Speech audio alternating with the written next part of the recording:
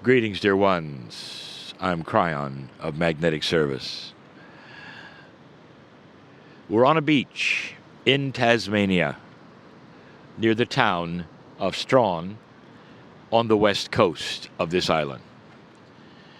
Tasmania, again, for those who do not know, is at the bottom of the continent of Australia, known for its rich forests and beauty. The beach we are on is one of the longest ones in Tasmania, and the waves pound upon it as they have for eons. And the sound is the same sound that the ancestors heard when they came to their beach. And what I want to do today is to honor the beach. But more than just the beach, to review something that I have said before. Invisible things are fine with humanity as long as you can measure them. But if you cannot measure them, then there is the question whether or not they even have energy. Gravity is invisible and you can measure it. And so that's just fine with humanity. The fine part of it is, though, even though you can't see it, that multidimensional energy exists. Magnetics is the same. You can measure it. Therefore, it exists. But there are things that exist that every human will know exist that you can't measure. One of the most profound, dear ones, is love. Every single human adult knows what it's like to have that other human being at some point either say they love you or you love them, or perhaps it is in the eyes of the child. When you know their love for you or your love for them, perhaps it's with an animal. And this energy is so strong and so beautiful, it affects your emotion and your heart and what you do and what you don't do. It's invisible, it's beautiful, and it cannot be measured. And so I bring this so that you will understand the next thing. We have often spoken of the Gaia grid. The Gaia grid is that which has been prepared for humanity, which is the link to the earth, which is your partner. And part of that Gaia grid, dear ones, is what we would call Pachamama, the love of the earth for you, and the connection you might have for the planet. Part of the Gaia grid is communication. There are those who may very well be able to sit alone in the forest and intuit what Gaia has for them. In the ancient days, if you talked to those ancestors and the indigenous of yourself who might have been here, you heard that right, they would tell you that Gaia was the driving force for what they did. They had Gaia and they had the stars, and they had the right way to live. These were the things that actually were the most important to the ancestors. They even felt that there were energies when you took a look at the south or the west or the north. And dear ones, this is their acknowledgement of the Gaia grid. These excursions have been many places on the earth. We have sat in the Atacama Desert when there's very, very little living things. Mostly dirt, mostly rock. That place they call the Valley of the Moon. And yet, even without living things in abundance like here, Gaia spoke with the wind, and with the stillness, and the heat even, with the sunsets, and with that which it could then communicate with, so it doesn't require abundant life. So everywhere you go on the planet, there is Gaia. Part of the reason for this excursion into these lands, into these places, is not just so that you could see beautiful things, but an opportunity for a conscious request. And the conscious request would be, Gaia, show me your love. Those who do this on a regular basis you may call tree huggers. And they will go out and they will hug the tree. And some of them will weep with the communication that they will receive directly from the earth. It's not necessary. You're connected. You're connected whether your feet are in the sand or not, for you sit in the Gaia grid. Is it too much for you to believe that this planet might actually know you're here? It's a multidimensional energy, this Gaia grid. It's part of the creative source. And so what we say is Gaia is aware of you. Gaia knows your name, and as you walk upon the sand, literally, you walk upon a friend who may even says, hello, listen to the sound of the ocean. It's interesting. If you were to visit a rainforest on this trip, it's different.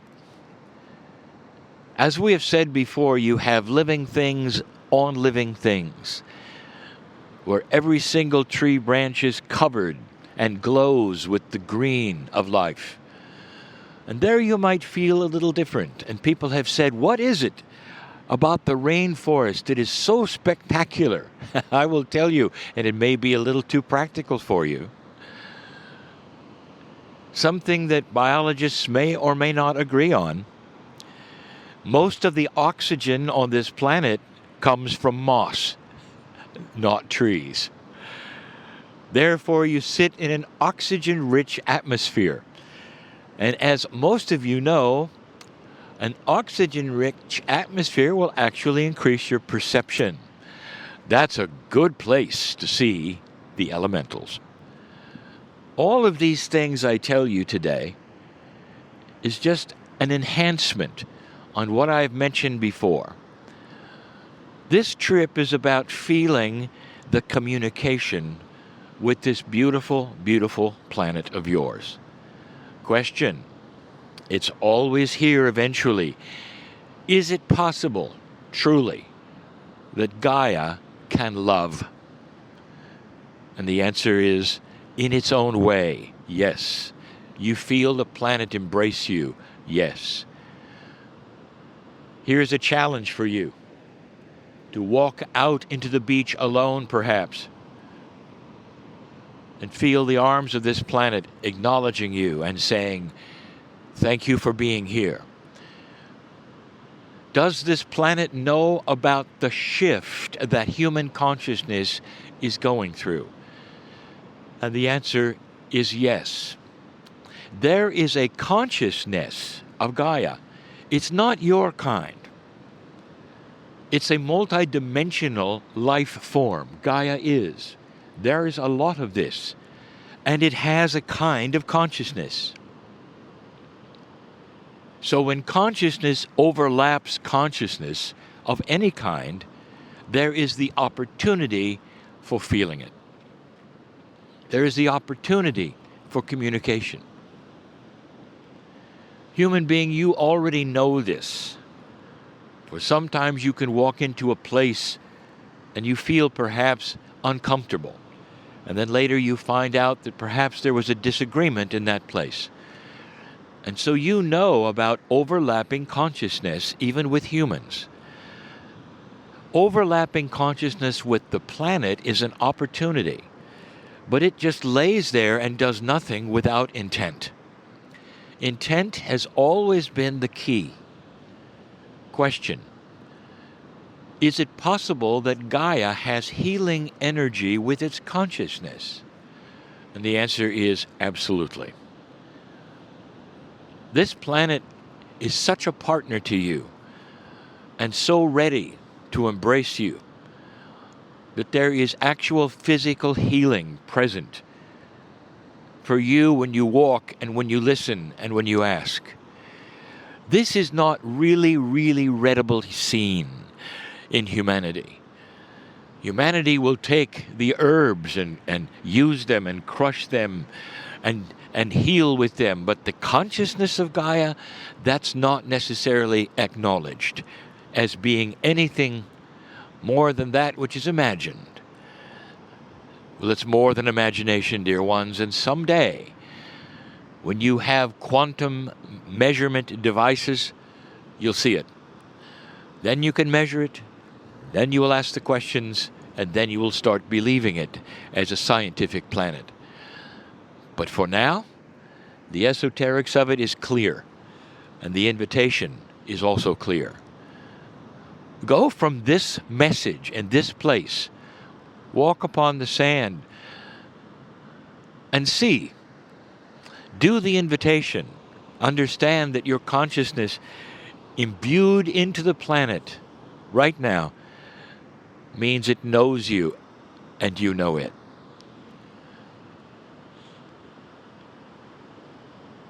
It's a good time to practice these things in a place that is filled with the energy of love for humans. It talks to you. Listen. Even the sounds of the waves coming in gently as they are now is so attractive to every single human being who hears it. The children are attracted to it not because it is water that is moving, but also because it speaks to them in the same way it speaks to you. Go from this place and do some experiments.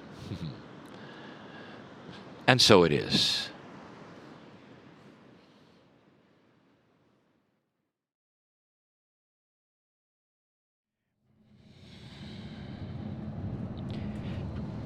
I want to talk to you a little bit about some things that have happened. And the reason I'm going to do this is because I'm thinking about including this actually on the recording in the channel. I was walking through the rainforest, and Kryon starts to give me indications, as often happens, that he wants to talk about the weather. And if that's the case, we might very well have, for the first time, a channel that is weather specific, and I don't think Kryon has ever done that before. And so what I want to do is let you know some fun things, and we have the time. Those who have followed the Kryon work for any length at all have heard, I think, the story that weather changes when we do excursions with channels. And if it hadn't happened over and over and over and over, it'd be something that would be kind of eye-rolling for lots of people, because the idea of us changing the weather is pretty grandiose. And it's not necessarily something metaphysical that I have always subscribed to. But it's happened, and it's happened like repeatedly. And it's happened in some just really amazing places that are known for bad weather. Now, these are not necessarily in order, but I wanted to tell you the times that it's taken place that have been astonishing to me. So I made a little list here, and that's what I wanted to do, was to read these. I think one of the first ones was around Cape Horn. Now, I don't know if you remember, if you know your geography, but Cape Horn is probably one of the most treacherous areas for shipping in the world. And we did a cruise around Cape Horn in the months that we're able to do that. I think there are 3 months where you're able to do that. We've done like almost 11, I think it's 11 cruises so far in the Kryon history. And sure enough, what happened was what happened today. Now, we are for anybody listening, here we are in Tasmania, and the Cape Horn cleared up so dramatically that the captain of the cruise liner was so enamored with it, he says, "I've never seen this." And so he cruised around Cape Horn 2 times, blowing his horn. I'll never forget that. And it made us late for the port and the whole routine. But he was just amazed. And it's as I say, one of the first times that we said, well, this is really cool. We're here. Isn't the weather great? Then it happened again, and it happened in another cruise. So I'm just not putting it in order. But this was, I think, 2 years ago when we decided to do the Alaska cruise yet again. And we cruised up there, and we were in a strait where it's almost always overcast and dreary and a little rain. People had their rain gear ready. And it totally cleared up. And I have pictures of this on the web. And again, the captain of the cruise liner came on and said, "Well, I hope you're enjoying this because I haven't even seen this before." And it was just crystal clear. The workers on the ship were invited, the ones who, spend time in the cooking food the whole time, were invited to come out and take a look because they had never seen it this way before. And we thought, well, isn't this cool? Because here we are yet again with a Kryon excursion and the weather is cooperating. Well, it just continued, but it continued and now it gets strange. We're in Ireland, and we're approaching the Cliffs of Moher. Now, this is just a iconic Ireland place where you're going to want to see some of the most stellar landscape and crashing waves and rocks and all of this. And it was completely socked in. And not only was it overcast, there was really thick fog, and it was raining, which is very typical for Ireland. And we thought, well, we'll get out if we can of the bus, and we'll see what we can see. And it's nice to be here. We'll feel the energy. And so we cruise up, we get out of the bus and go into the bathroom stop. And then there's this commotion, and we can hear it from the other tourists as well. Something was happening outside. And so people were racing outside because suddenly the overcast was gone. It stopped raining, and it was clear. And so we ran out, and we took our pictures, and we had a great time. And then it closed in again, and we hopped back on the bus and went away. It was almost like, it knew we were coming. And then I'll never forget the bus driver, whose name was Mike, I believe, and the bus company was called a Paddy Wagon. These are things you don't forget. And he turns to me because he'd done this many, many times, and he hadn't seen this radical of a change ever. And I'll never forget, he turned to me, eyeball to eyeball, and says, "Do you know the lottery numbers?" And it made a pretty good impression on the man. So we had that one. And then there was, we keep going, and there are more. Oh, just recently, this year, we went to England. And some of you know this. We were in Bath and Glastonbury, and we got sunburned. And this is in England. So if you know the UK, the sun does not normally come out. And it did. And people were saying, well, we haven't seen this before. I think the most dramatic was, though, and so many of you will know this, was in New Zealand, because we were there, I think it was 2 years ago. And there are 2 or 3 famous places in New Zealand known for weather, where it simply rains almost all the time. And there's perhaps only a few days where it's ever clear. One of them is called Milford Sound. It receives 12 meters of rain per year. It's just always raining. We showed up for a cruise, and the clouds parted and the sun came out. We've got the most astonishing pictures of Milford Sound. We understand that photographers will come and wait months for the kinds of pictures that we had just arriving by ourselves. And the same thing happened with Mount Cook. There's a resort at Mount Cook we actually stayed in, and it's notorious for, well, don't expect to see the mountain because it never shows itself. And we went out for a channel in the grass, and the clouds opened up, and it showed itself. So these are things that we now are getting used to, and I didn't say anything. But I wondered what would happen here in Tasmania today. So we are on the river, we're on the harbor, and it's known for the weather, for ferocious winds, for rain. And again, here we are with a beautiful sunny day, and again, the captain says, "Boy, are you lucky." And it's just astonishing how the clouds seem to part, the sun comes out, and then we're done. We get rain again, or the clouds come again. So I'm giving you all of this because I know the channel is going to address a little bit of it. This is the first time, for those who would be listening here, other than the bus, it's the first time we have ever attempted to do a channeling on a moving vehicle with everyone having the earbuds to listen to. And we did it once before, as I said, on an airliner, a charter. So let's just get into a meditative mode here.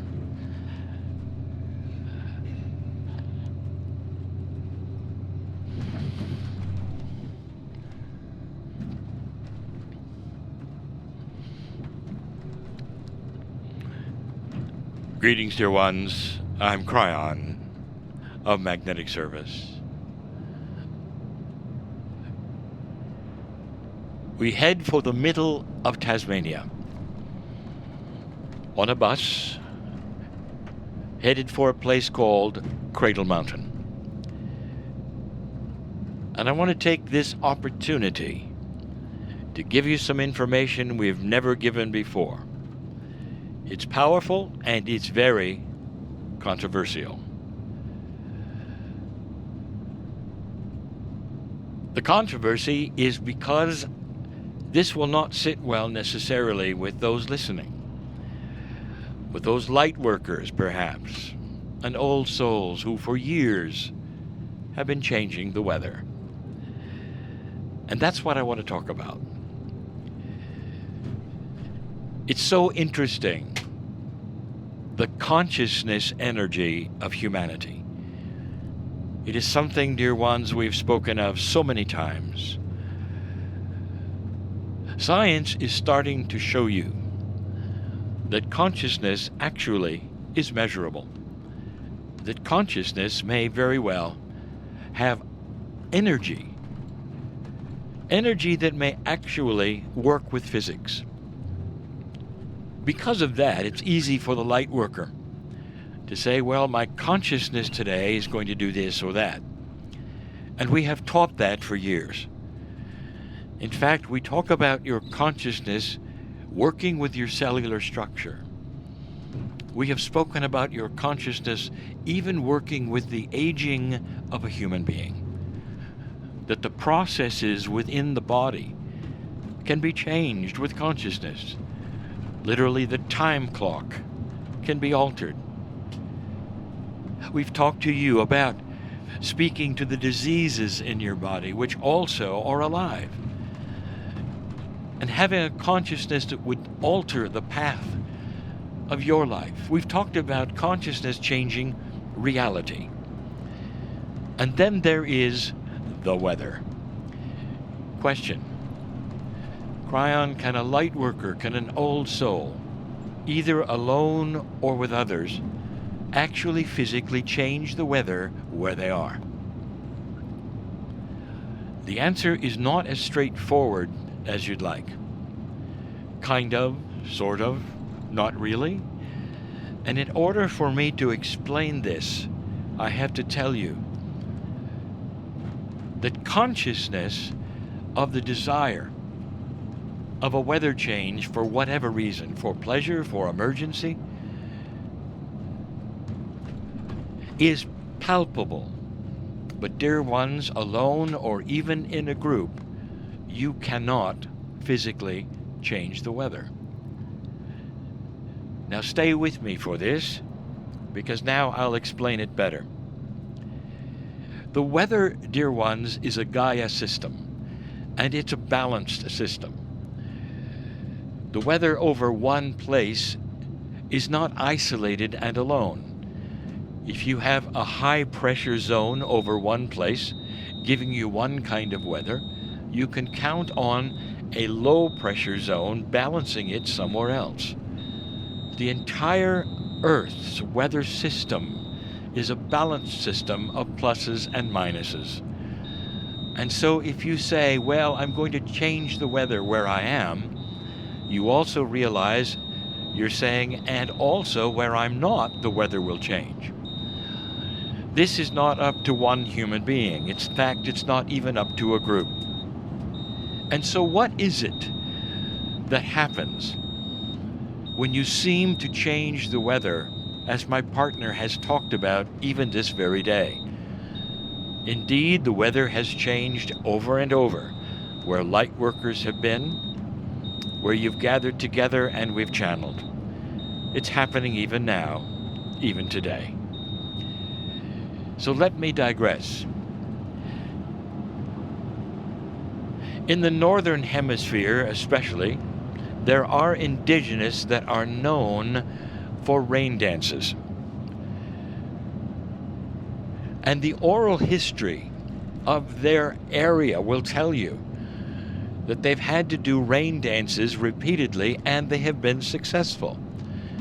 In fact, the elders who are wise will go on record and say, yes, many times we have needed to change the weather for our survival. And many times we've had the requests, we've had that which is the dances, and have been honored with the changes of weather.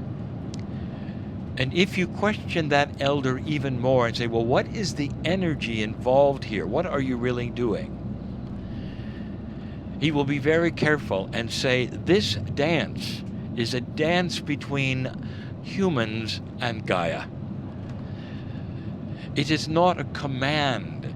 It is not a consciousness that changes the weather. The elder will tell you there has to be a confluence of agreement. And when Gaia and the humans come to a consciousness agreement, the weather shifts. And it often shifts very, very quickly. And that is what I'm going to tell you occurs. Gaia actually is a cooperative, a partner, would see the sense in having the weather shift. If it is not appropriate because it would cause harm in another way, you will not get the shift. But in almost every single instance that we have been out with excursions with other humans in other places, the changes were for the good. They did nothing in any other areas. So it becomes not a request, but a cooperation or a partnership between the consciousness of Gaia and the ones in the group. When there are those praying for weather, when there are groups giving intent for weather, this is always the case. There has to be a confluence of energy between Gaia and the humans for it to work. It's almost like you had another personality sitting in front of you and you were discussing the possibilities of having something change that only the partner could change. And so this may offend some who have believed that forever their thoughts alone have changed the weather. It is a cooperation. And so this may lead you to still another layer of truth. You are allied with the planet. Allied so much that together you would change the weather. It also gives hope for those who would grow things, for their alliance is a good one too. In fact, there are those who grow things better than others. Have you ever wondered how that worked? You might have somebody with what you call a green thumb. And you will say, well, why could they grow something and someone else could not? And the answer is they have a better communication with Gaia. It's true.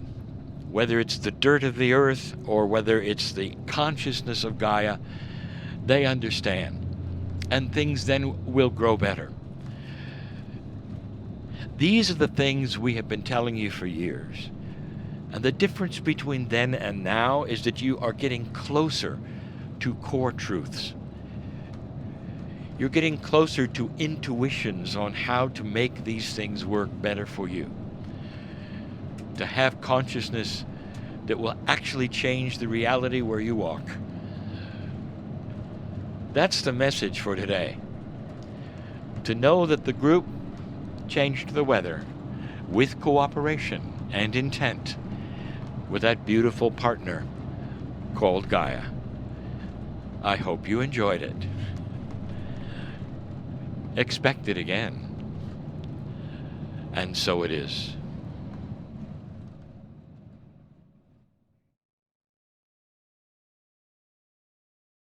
Greetings, dear ones. My partner steps away, and he does it quickly, for it's not difficult to generate the space for these kinds of messages when all of you sit in a precious place that is actually designed to be appreciated. And through these years, humans have put here ways that you can appreciate nature in its most pristine, where the animals often will come up to you or ignore you like you're simply one of the forest, and you feel part of the forest. In the middle of Tasmania, we are almost at the edge of Dove Lake, Cradle Mountain. I want to take just a moment to tell you, human beings are complex, as you know, and each one of you carries with you a set of interesting attributes, and they come from the lives you've lived before, the lives so many of you live now. And the complexity is balance. How do you balance yourself so that the things of life do not consume you in worry or anxiety? As you walk around, perhaps trying to grasp the solutions of life.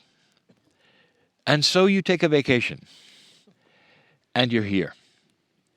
And for whatever reason, the group here that sits with me is here. For whatever reason, part of that is the suspension of everyday life. And I want to tell you, dear ones, just how profound that decision to be here is for you. It's not just a suspension of everyday life. You've come to areas that literally talk to you and create solutions with you. I want you to think for a moment about what you have called intuition, human nature,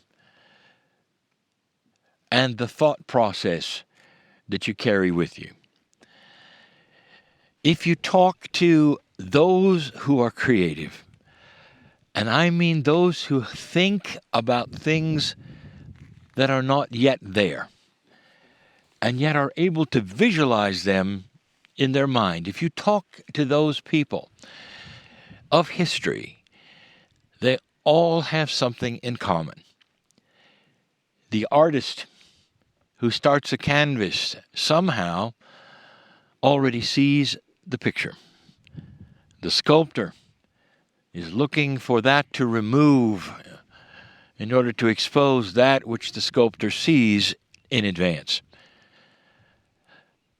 The ones that are most profoundly known, the processes that I'm going to speak of, happen with science.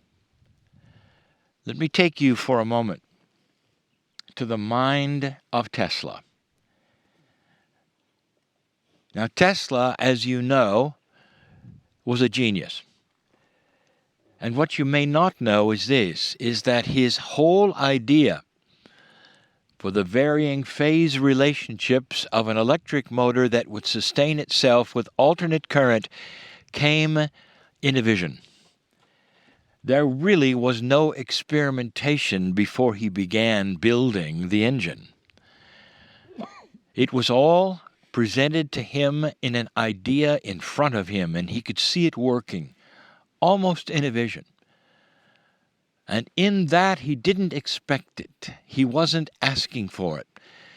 He was in a moment where he was disconnected from everything, seemingly relaxing, when in the information flew to such a degree that he could go and put it on paper and begin the building of the first electric motor that used these principles that you use today. It is known that Einstein took long walks in the forest. And now you know why. You're about to take a long walk in the forest. Somehow, the communication, either with nature or the lack of communication with the problems you have, then creates something that is special and I will call intuitive aha moments, where you start to have the aha of either solutions for your life or even the aha that it doesn't matter. In other words, the things that you worry about, the things that cling to you, that keep you from sleeping, somehow they fall off of you when you start realizing the partnership of a greater entity perhaps called the earth, or even the greater entity of you called the higher self. Things slough off of you, perhaps that have clung to you for a very long time. Then the sun comes out. And something says to you, I'm different. I didn't need to worry about this, or perhaps you start to feel a clearing of something you've carried for a long time. These are the aha moments that so many of the scientists, of the great ones, of the artists of the planet, the ones who have written some of the greatest music that you sing and listen to from the ages, they did it in a quiet moment.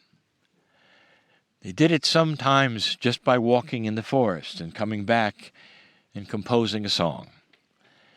That is the opportunity that you've had for days and you will continue to have for these days. Don't waste them. The history is grand. The ideas that are presented here, the botany is grand. The view is grand. But what is invisible is even grander. Perhaps the partnership with you so that you can dismiss some of the things that you really don't need to carry around with you. So you can have the invention, aha ideas of solutions for things that will occur as you walk around the lake or even look at the lake. This is what we ask. There's more here than you think. And so it is. Greetings, dear ones. I'm Kryon of Magnetic Service. We've said this many times, but some of you will notice how quickly my partner goes into channel. It's not always been that way, and it still isn't for many. And it has to do, dear ones, with the countenance that you carry around with you. How close are you to what would be called the spiritual self or higher self? And you ask the question for, when you meditate, how long does it take you to get into a place that is peaceful? Or a place where you'll say, now I'm in meditation. And the more you practice it, the easier it is. And some now can sit and immediately be in that beautiful, peaceful place. So you might say it comes with practice. You might say my partner is always ready. But either way, we sit in now a beautiful place in a park, in the sun. Gentle breeze blowing, town of Sheffield, town of Murals in Tasmania. Once again, we are presented with beautiful weather in the sunshine, where we can contemplate these kinds of spiritual things in a place that promotes it. You really don't have to think very hard to be in Gaia, in nature, even in a place that has been manicured by humans or prepared with the grass and the tables and the planted trees. It is still a place that responds to Gaia. We've spoken so many times of the differences between human beings and the honoring, and that's what I want to do right now. There's no title for this particular message. I'll just simply call it Honoring Humanity. And so let's put a fun little spin on the message and the metaphors. We're in a group of slightly over 45, and this particular group I address now. Each one of you has a specific kind of thing you do to make a trip of over 5 days tenable for you. And each one of you does it specifically in your own way. Let's talk about the way you pack. Now, some of you have roommates, and the roommates are not necessarily people you've known in the past. And so if you're not a traveler, often you may notice something. Different people pack different ways. Now there is the efficient packer.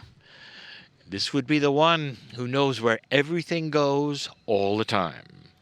This would be the one who unpacks only a portion of their suitcase if they're only staying for one night. If they're staying for 2 nights, it's a little more. If they're staying for 3, they actually use the drawers in the room.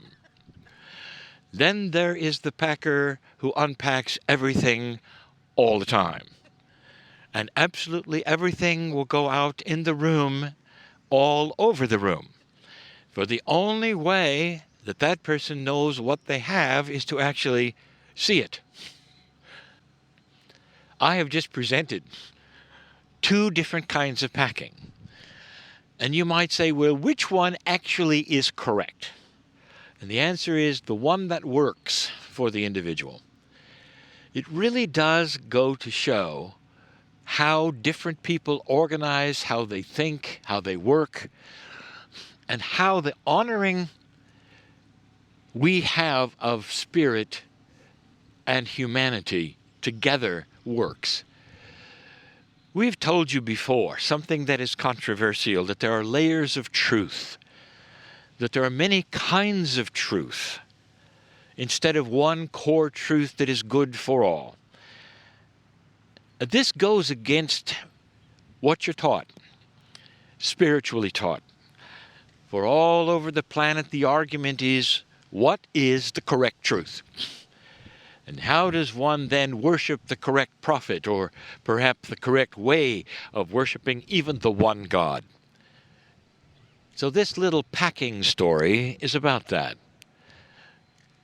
Let's say, since this is kind of a spiritual retreat, that we introduce you to a magnificent, beautiful angel.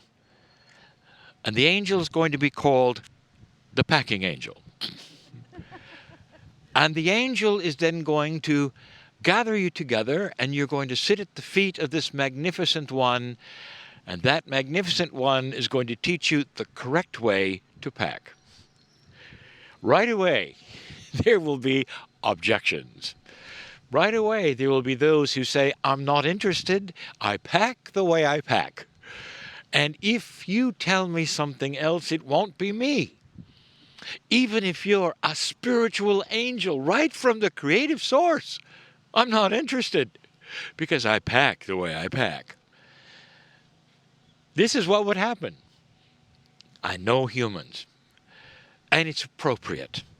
Every single one of you comes into this planet with an entirely different set of experiences, with wants and needs and the way you do things, the way you think, even the way you would organize yourself spiritually. Isn't it beautiful that there is no one way to have the spiritualness that each of you carry? And we show this to you even though you may have a multi-dimensional experience, and a packing angel with a big P on its chest would come and appear to you. There would still be those who say, even though it's a miracle, I'm not interested. I'll pack the way I pack. I give you this to show you that Spirit understands totally how different you are. In places of this nature where Gaia is king and there's so many things to look at and feel, each one of you will select a different way to relate. It's beautiful to watch as you will walk off and either hug a tree or just sit where you are.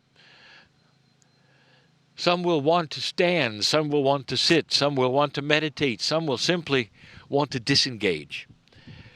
And all of you will be correct. There's no right or wrong way of packing. There's no right or wrong way of honoring the creative source and that which relates to you. I don't know if you've thought about it, but let me paint another picture for you. Those in this group got to witness a beautiful story of some of the most rugged men in Australia, the ones in Tasmania you call the piners. The ones who went in another century almost and spent months and months in a wilderness that they knew hadn't even been plotted or mapped, and they were there cutting the pines. And they were very rugged. They epitomized the Tasmanian man, the Australian, the ruggedness. It's a beautiful lineage. It's a lovely story. And some of you got to witness their talking, even in their 80s, and what it was like. And now I want you to think for a moment. They're in the wilderness. And perhaps it's their second month out of 3. And they sit together, perhaps in the evening, in a little fire that they have created. What do they talk about? Well, naturally, it would be the Gaia story. It would be the higher self, the divas in the forest, the fairies. And you'd say, are you kidding? These are piners, come on. And that leads you to ask this question. What do you think their spirituality was? Were they spiritual men? I will tell you, because I was there. They might not have spoken of it in so many words, but all of them were so aware of God inside. You cannot go into that kind of a country and see what you see every single moment of the day for months and months and years without a strong, absolutely strong belief, not just in yourself, but of a higher power. They carried their spirituality quietness. And their quietness in that was part of their strength. Each individual carries their own ideas of who they are, what is beyond, and no one is wrong. I once said this on another continent. I said, all mountain climbers believe in God. I spoke to one right afterwards, and he smiled and said, that was correct. We all do. It's a quiet way of celebrating the inner self, the knowingness that you've come from the stars. And so leave from this channeling, even if you're going shopping, perhaps with an idea that Spirit honors all of you for your quest. Whether you do it efficiently or put it all over the room. And so it is. Greetings, dear ones. I'm Kryon of Magnetic Service.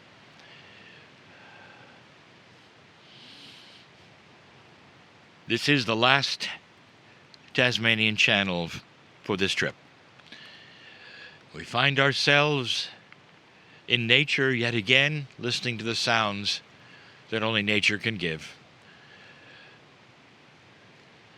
And it's a quiet time, yet again, where we can sit for a moment and ponder that which we're teaching, which we're feeling. The group is headed for where you started, capital city, Hobart. And in this channel, I want to bring up something. I want to talk about the evolution of consciousness, perhaps in a way I've not before. There actually is an evolution of energy which creates a solution to things that had no solution before. This is difficult. It's difficult for all humanity to recognize there could be something brand new. We've given a phrase before, and the phrase said, a fool does not know they're a fool. That is a metaphor that says you cannot look up to a higher consciousness if you don't have it. You cannot imagine inventions that are not here yet. You can imagine what you'd like to have, but you cannot imagine the process that is there. And there is a process that is there which is coming that really relates to a higher consciousness solution creating energy. And you might say, well, it must have something to do with love. It does. But there's something coming that we have spoken about so many times that's beyond that which you expect. A number of years ago, my partner took me to Israel. I found myself channeling with my partner in Tel Aviv at a grand theater filled with Israelis, so many of them young people. And I made a statement there that I will say yet again, but it was so profound for them. And I said that you only know black and white. Your consciousness as humanity has only had black and white, and color is coming. And if you've only lived in black and white, dear ones, you don't know what color even is. Now, the metaphor is complete for you know the difference, but pretend for a moment that you didn't. Color is astonishing to someone who's only seen in black and white. There are stories of humans who have had problems with their sight and see no color at all, and an invention would be put upon their head in the way of eyeglasses that would allow color for the first time. And tears flow down when they see it. a world that they couldn't even imagine, no matter how many people told them what it was, or what the shades were, or the reds, or the blues, or the greens, meant nothing until they saw it. Until they saw it. And that's what's coming. And it's slow going, dear ones. And even as I explain it to you, it's difficult for you to imagine. It's solution coming through the apparatus of compassion and kindness. Solution coming through the apparatus of compassion and kindness. It's almost like there is the acknowledgement of a machine that is there, that churns out something that is new. Through compassion and kindness you didn't know was there before. You've had glimpses of this, dear ones, only glimpses. When two great countries have fought a war that has taken so many lives, it is horror when it happens, and then through generations they come together and there's peace, and the grandsons of their grandfathers are standing together, and they share compassion and kindness. They stand in each other's memorials and graveyards. They bow their heads and hear their anthems. And they know that was a time that was, but not that is, and that something has happened that's grand, where they can shake hands. They're friends. They trade with each other. Their families eat with each other because the war is over. That's a hint of how compassion and kindness have generated that which has created solution. And the answer and the solution, you can see, is that they love each other. There are things within your cultures, I speak to everyone, that are so black and white. When I spoke to the Israelis, I reminded them that the black and the white that they have is history. That what they were taught was who their enemy was, the black and the white. And in the country next to them, or even in the areas where they live, there are others teaching their children black and white. It's almost like they come out of the womb ready to learn who to hate, who's done what to whom, so that all their lives they will capture the black or the white. And there is no compassion or kindness, not really. And that when color starts to come, there will be leaders who start to meld between them. There'll be wild cards that will arise. It will start to meld the black and the white, and they'll start to see solutions that may have always been there, but were never accepted as potentially viable because there was no compassion or kindness.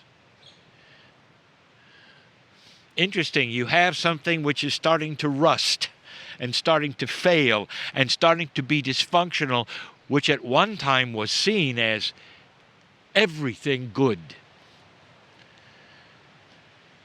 The democracies which have put together the nations that are free,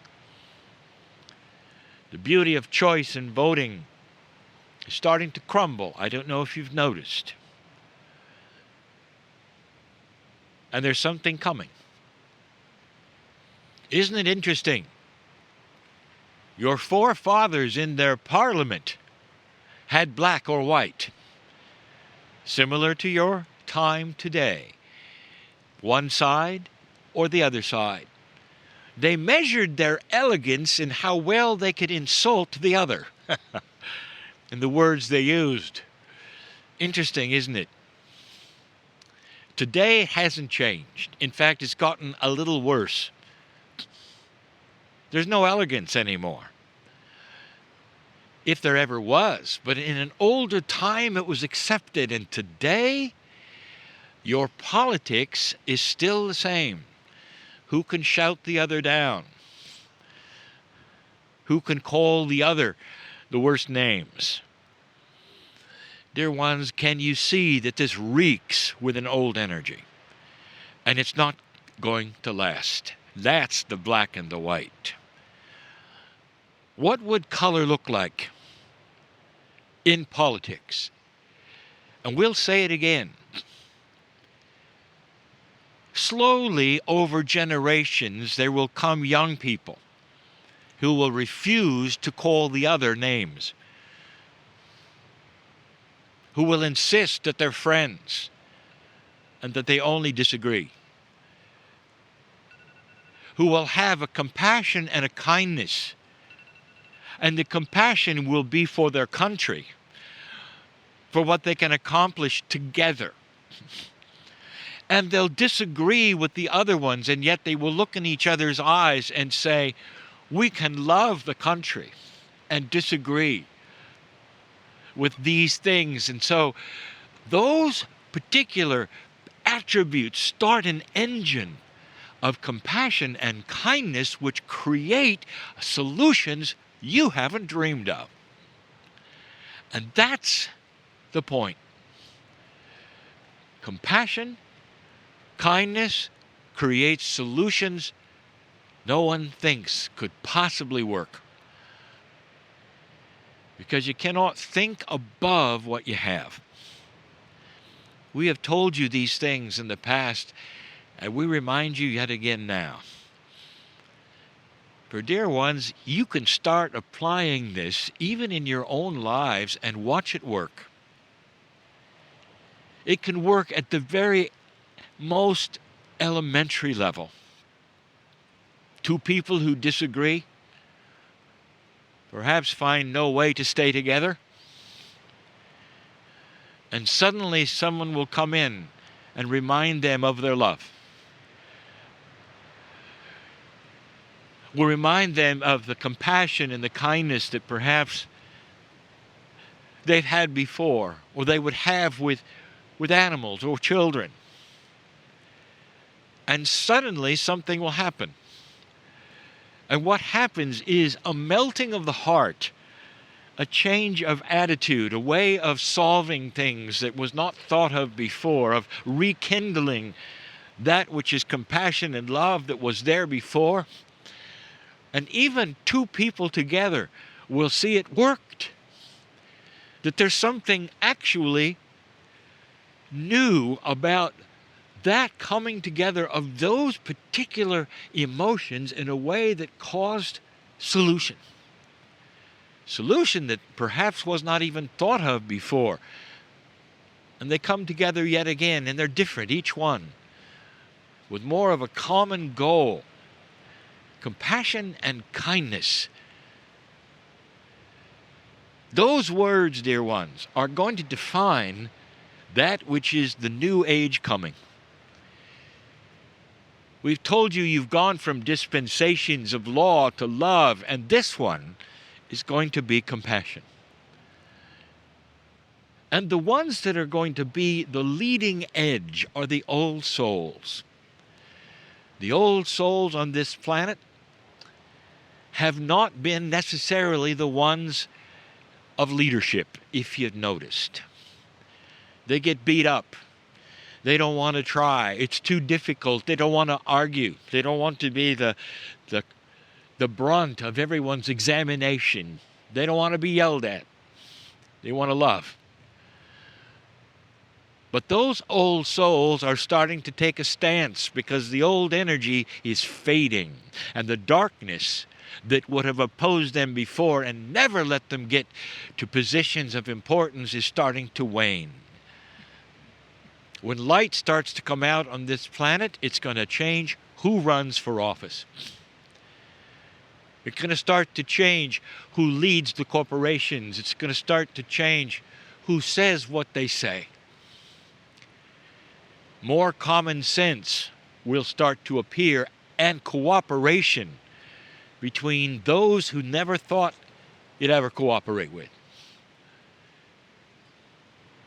It's not about compromise, dear ones. Don't confuse it. It's about solution that goes way beyond compromise. It goes from black and white to color. Those old souls we speak of are now your grandchildren.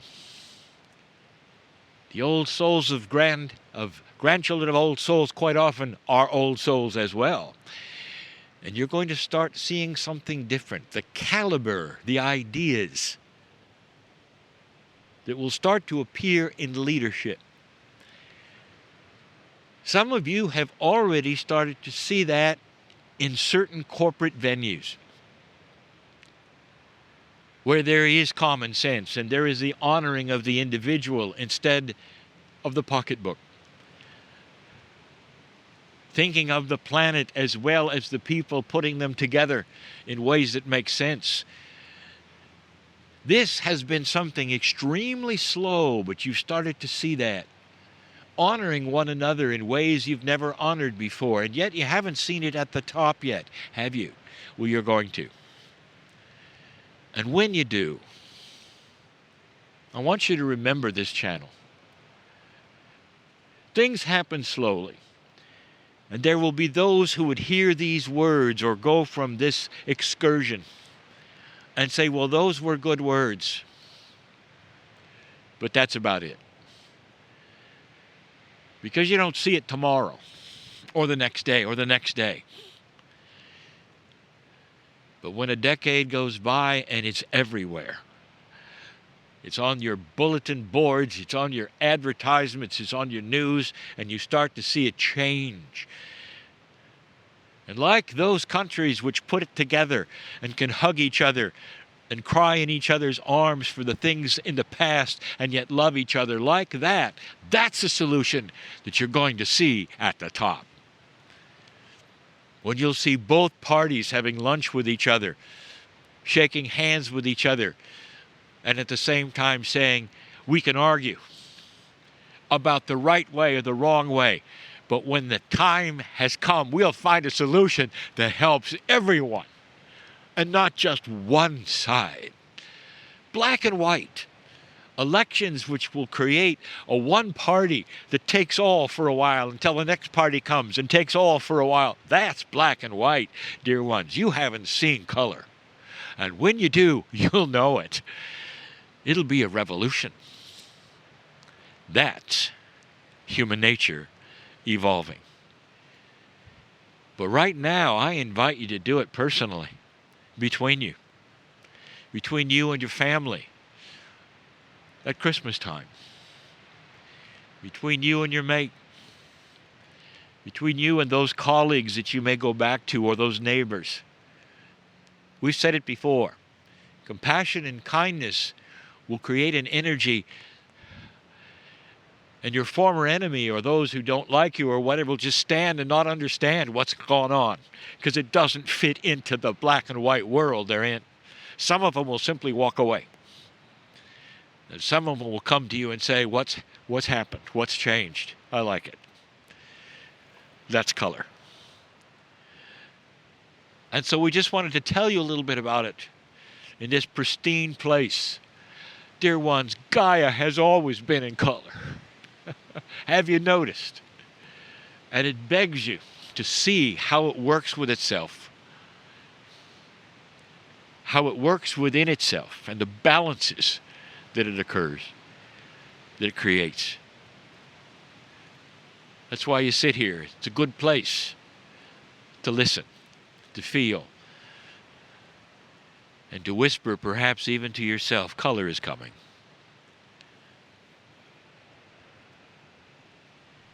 There are no goodbyes. We've told you that before. Some of you will never meet each other again. But you'll have these few days of remembrance, of meeting other old souls and remembering their faces and what they said. Take the last few hours you have to remember this, to etch it into your memory. A group that is going color. at their own pace, at their own rate. There are seeds being planted today which may not come to fruition for years. But you'll remember these things. That's the beauty of the differences that are here. And so with that, we say farewell, but not goodbye. It's appropriate that you come together, teach each other, love each other, and pass it on.